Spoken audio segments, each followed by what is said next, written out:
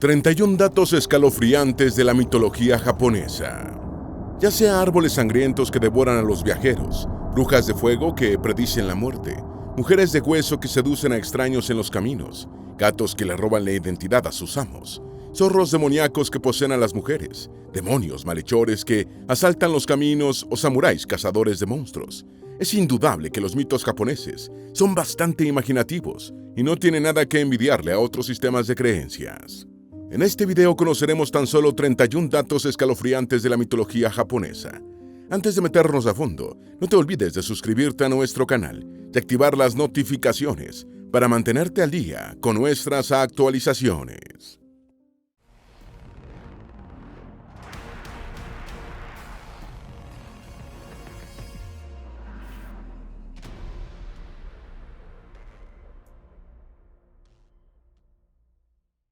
Número 1. Los yokai. El término yokai apareció documentado por primera vez en el periodo Heian, que tuvo lugar entre los años 794 y 1185 después de Cristo. Los yokai son una serie de criaturas pertenecientes al folclore japonés que se mueven entre el mundo sobrenatural y el mundo ordinario. Se caracterizan por tener una relación conflictiva con los seres humanos y por sus excesos. Ocasionalmente pueden ser sabios, inteligentes e incluso pueden predecir el futuro. Suelen ser de 3 tipos: los malditos, los oni y los cambiaformas. Número 2. Los yokai malditos. Son seres humanos cuyos cuerpos han sufrido grandes transformaciones tras ser víctimas de un acto de violencia o cometer un crimen, como el asesinato de un ser amado o un inocente. Generalmente, aunque no siempre, suelen transformarse en yokai tras morir.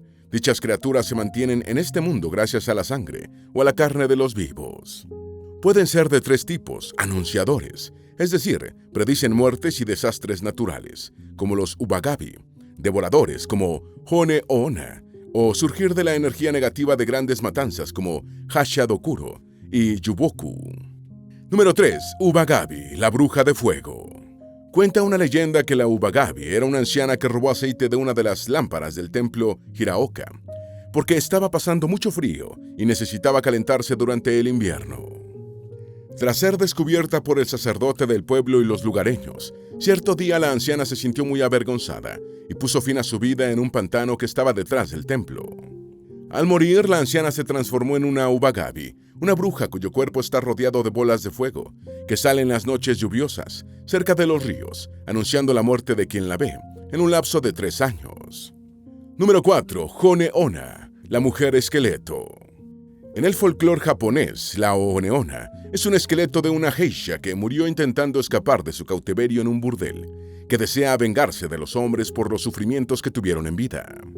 Cuenta la leyenda que las Hone Onna suelen aparecer durante las noches en los caminos para atraer a los hombres perdidos hacia su cueva, prometiéndoles un refugio seguro, comida o placer, ocultando su rostro hasta que la luz de la luna o las antorchas revelan su rostro cadavérico, desatando el terror en su víctima, quien suele morir convertido en un esqueleto luego de que las Hone Onna les chupa toda la energía vital.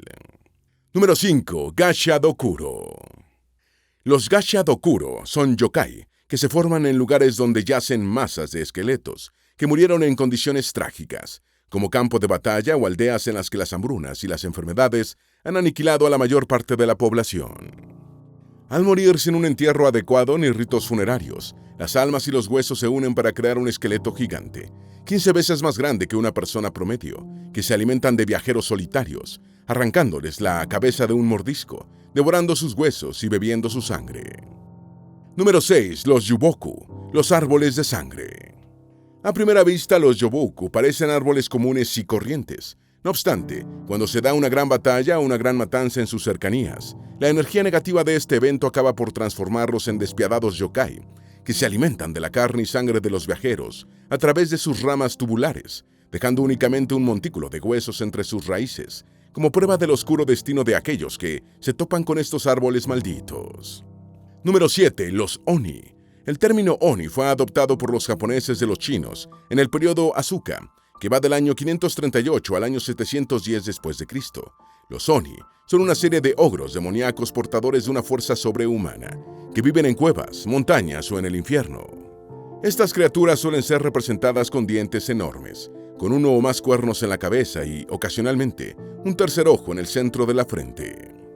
En las pinturas japonesas se les suele representar de color rojo, azul, negro o amarillo, vistiendo taparrabos de piel de tigre y portando garrotes de hierro.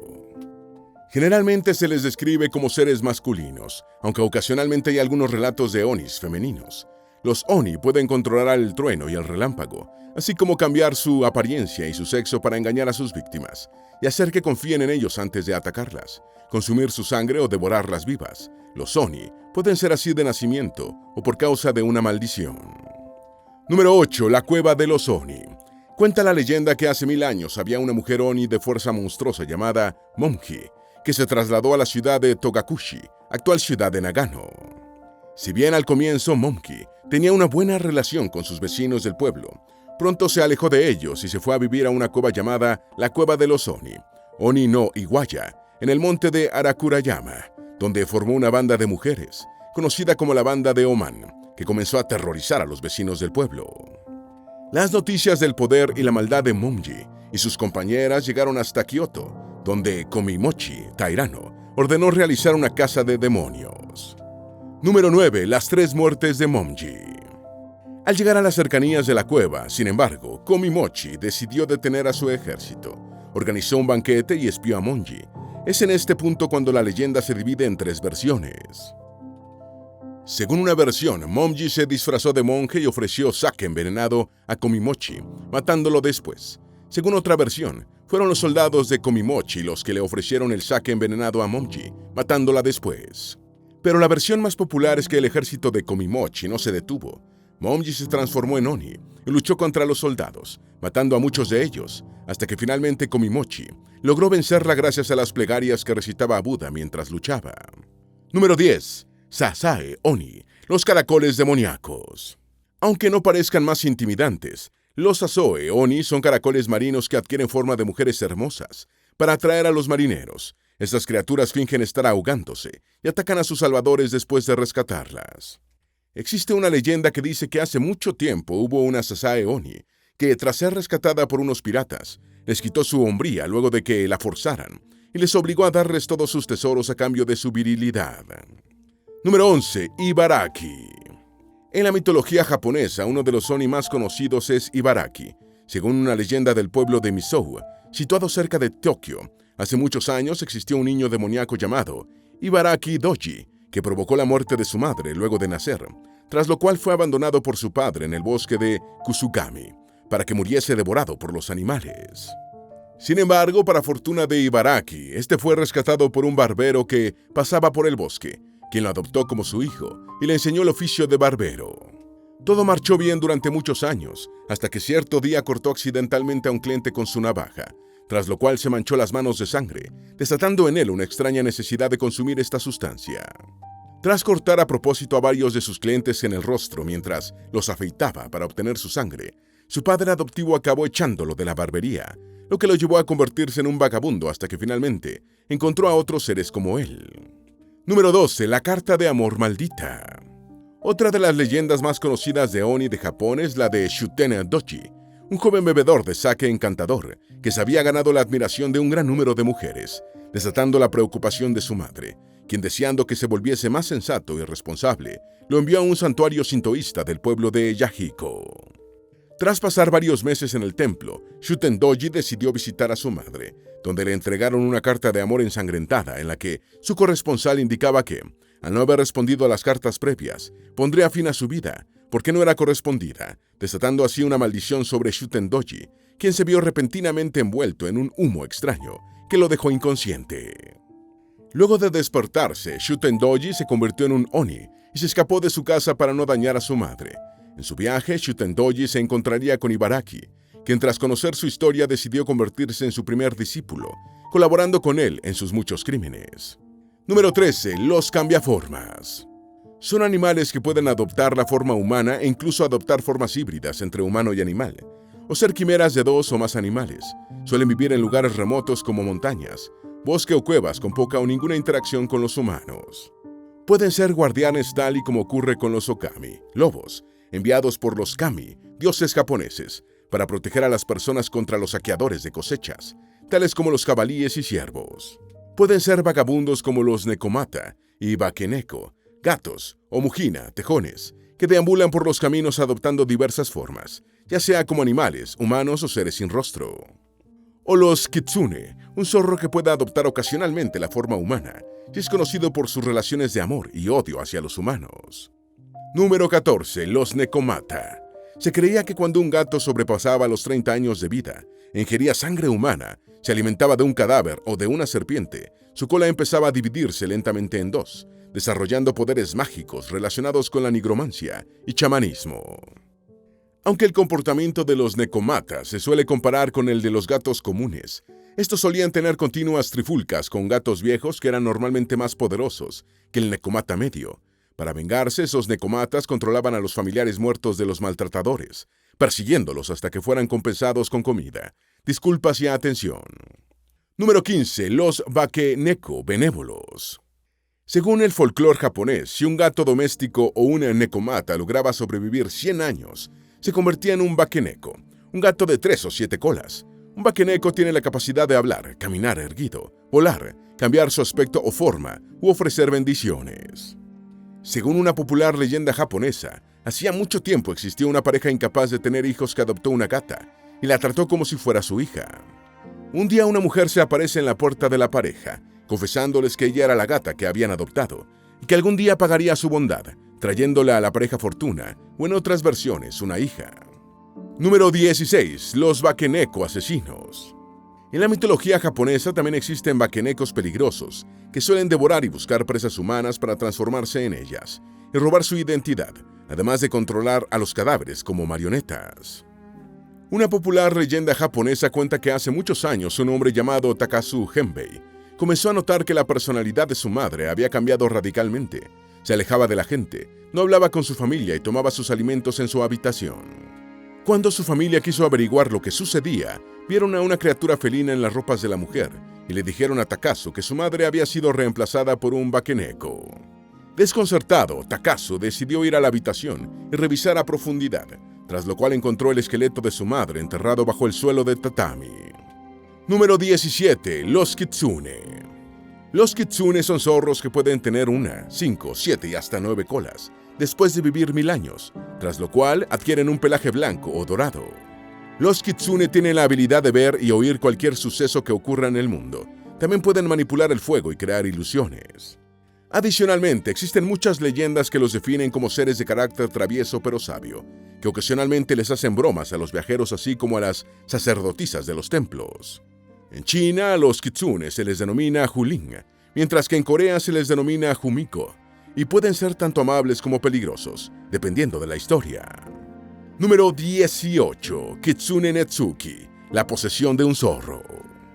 La palabra Kitsunetsuki es un término que significa estar poseído por un zorro. Según la mitología japonesa, la posesión ocurre cuando un zorro en su forma espiritual entra en el cuerpo de su víctima, generalmente femenina, a través de sus uñas o de sus senos, para alimentarse de su energía vital y hacerse más fuerte. En algunos casos, la víctima adquiere una expresión facial similar a la de un zorro, y en el caso de víctimas analfabetas, pueden concederles temporalmente la habilidad de leer. Número 19. La posesión de un zorro, según Lafcadio Hearn. El folclorista Lafcadio Hearn describe la condición de ser poseído por un kitsune en su primer volumen de su libro, Glimpses of Unfamiliar Japan. Es extraña la locura de estos cuando los zorros demonios se introducen. Algunas veces ellos corren chillando a través de las calles. Algunas veces ellos se acuestan y les sale espuma en la boca y aúllan como zorros, y en una parte del cuerpo del poseído aparece sobre la piel una protuberancia que se mueve y que se nota que tiene vida propia. Si se lo pincha con una aguja, esta se desliza a otro lugar. Si no se puede agarrar, debe ser tomada con firmeza con una mano fuerte y que no se escape entre los dedos. Las historias de posesión indican que los poseídos hablan y escriben en idiomas que no conocían antes de ser poseídos. Comen solo lo que les gustan los zorros y comen bastante, alegando que no son ellos, sino que los zorros que los poseen están hambrientos. Número 20. El exorcismo japonés. El exorcismo, a veces realizado en un santuario de Inari, puede inducir a un zorro a abandonar a su huésped. Cabe aclarar que, al liberarse de la posesión, la víctima no será capaz de comer tofu u otra comida que agrade a los zorros. En el pasado, cuando no era posible el exorcismo con métodos benevolentes, o si no se disponía de un monje, las víctimas del kitsunetsuki eran golpeadas o quemadas para forzar al espíritu a abandonar el cuerpo. Como resultado de ello, familias enteras eran condenadas al ostracismo en sus comunidades y tenían a un miembro de la familia poseído por un zorro. Número 21. Tamamo no Mae. Tamamo no Mae fue una cortesana que estuvo al servicio del emperador Konoe, quien gobernó Japón entre los años 1142 y 1155 después de Cristo. Aunque Tamamo aparentaba ser de tan solo 20 años de edad, se dio a conocer en la corte tanto por su belleza como por su inteligencia. De acuerdo con la leyenda de su época, no había pregunta de música, religión o astronomía que Tamamo no pudiese contestar, dejando asombrados a muchos cortesanos y eruditos que la admiraban. Sería gracias a esta fama que Tamamo acabaría atrayendo la atención del emperador, quien la convertiría en su concubina favorita. No obstante, cuando todo parecía ir bien, el emperador cayó repentinamente enfermo, lo que atrajo a un gran número de médicos y adivinos a la corte para tratar de curarlo. Sin embargo, ninguno de ellos logró averiguarlo hasta que finalmente un astrólogo llamado Abe no Yasuchika le dijo al emperador que Tamamo no Mae era quien lo estaba enfermando, posiblemente mediante veneno. El astrólogo explicó que la hermosa joven era de hecho una especie de zorro de 9 colas, kitsune, trabajando para un maligno señor feudal que quería tomar el trono. Tras verse descubierta, Tamamo no Mae huyó de la corte. Número 22. La piedra asesina. Luego de descubrir la traición de Tamamo, el emperador le ordenó a Kazusa no Suke y a Miura no Suke, los guerreros más poderosos de ese tiempo, que cazaran y mataran a Kitsune. Tras verse amenazada, Tamamo trató de convencer a Miura no Suke de que no la matara, visitándolo en sueños, pero este rehusó.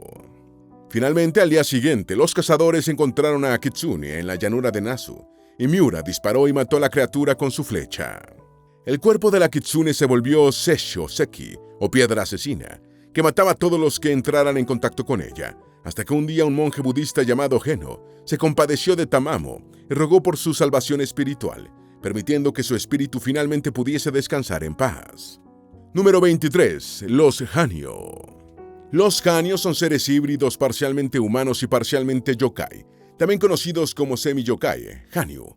Existen 3 clases de Hanyo. 1. Los mestizos, que son el producto de una relación entre un humano y un yokai, o de 2 Hanyo.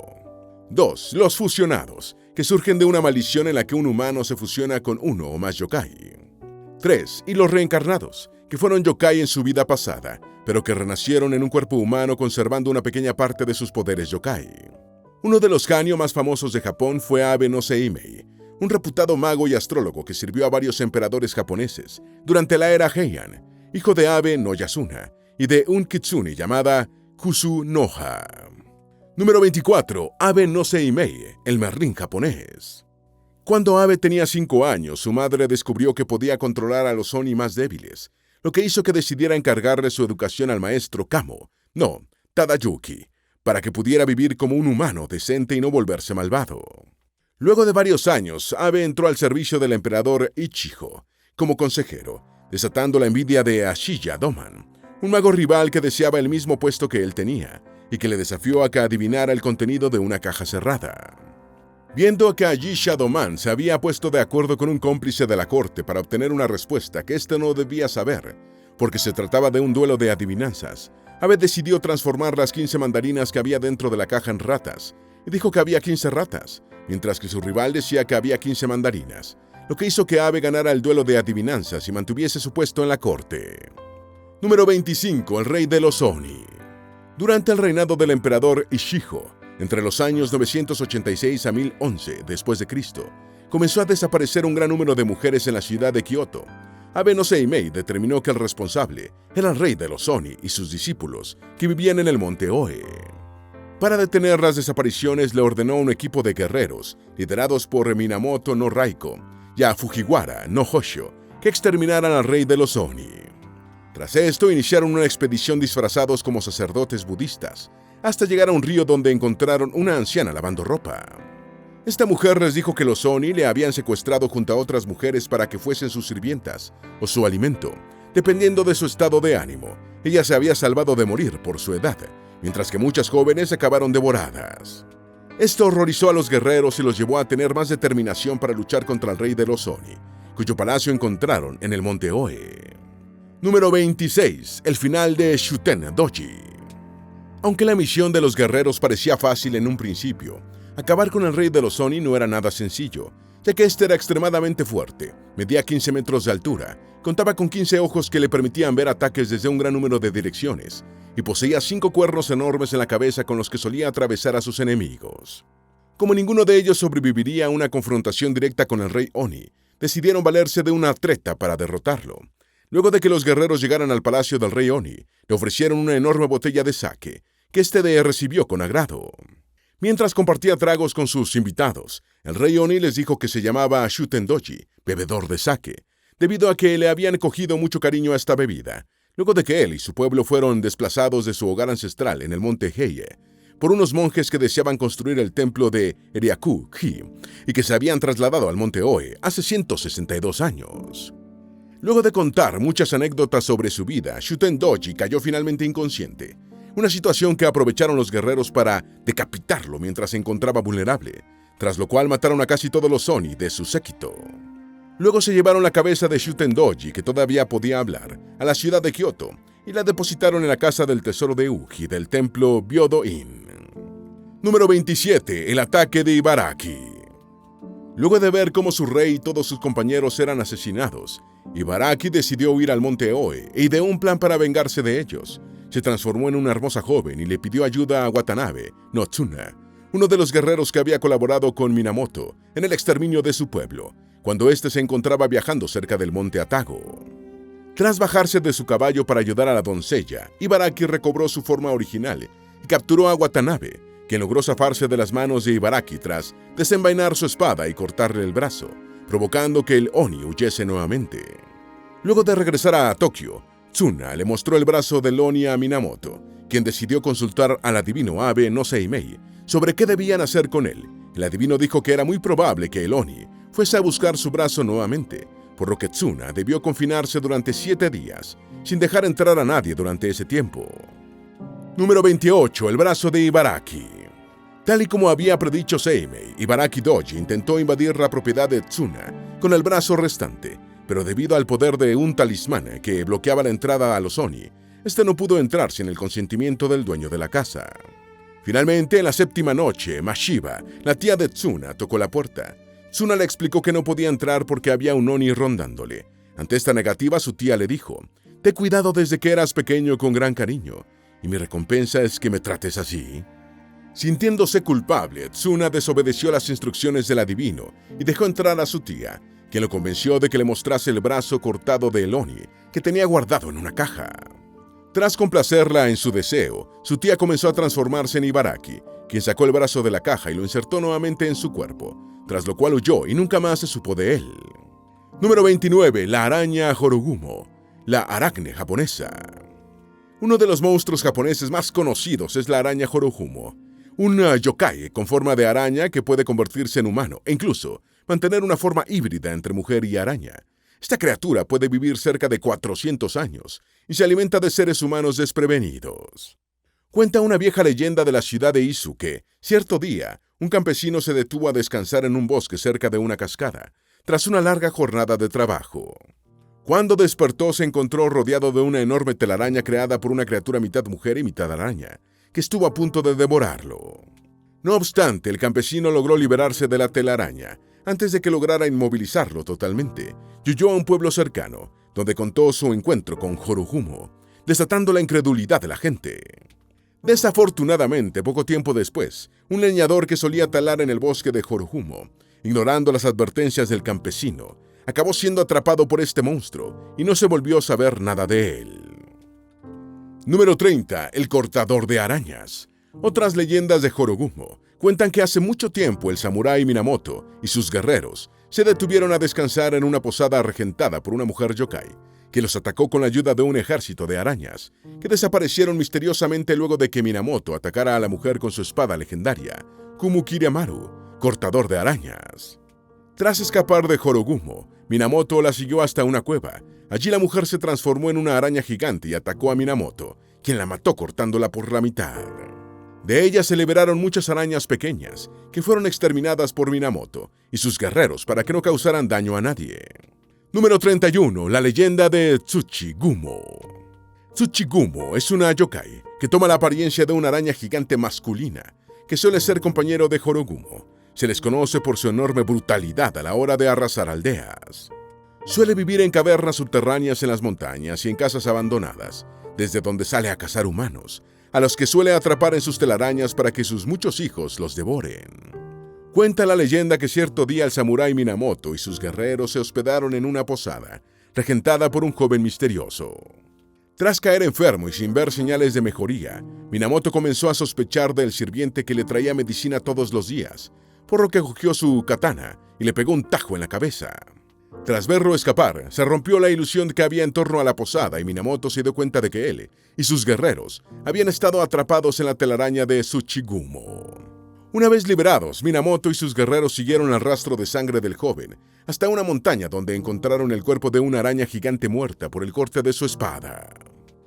Si hay algo que pueden enseñarnos los mitos japoneses, ya sean vistos como el anhelo de una familia reflejado en el mito del Bakeneko, la pobreza extrema reflejada en el mito de Ubagabi, la codicia de Sae Oni, el apetito voraz de los Oni, la astucia de Abe no Seimei, o el valor de Minamoto y sus guerreros samuráis, es que todos los mitos son un reflejo de los sueños, temores, valores y defectos que una sociedad ha cultivado a lo largo de incontables generaciones.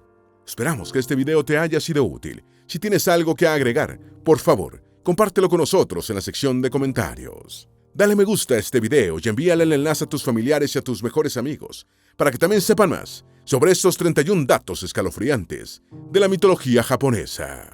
Si eres nuevo en nuestro canal, no olvides suscribirte. No se te olvide seguirnos en todas nuestras redes sociales, que van a estar aquí abajo en la descripción. Recuerda, un pueblo que no conoce su historia está condenado a repetirla.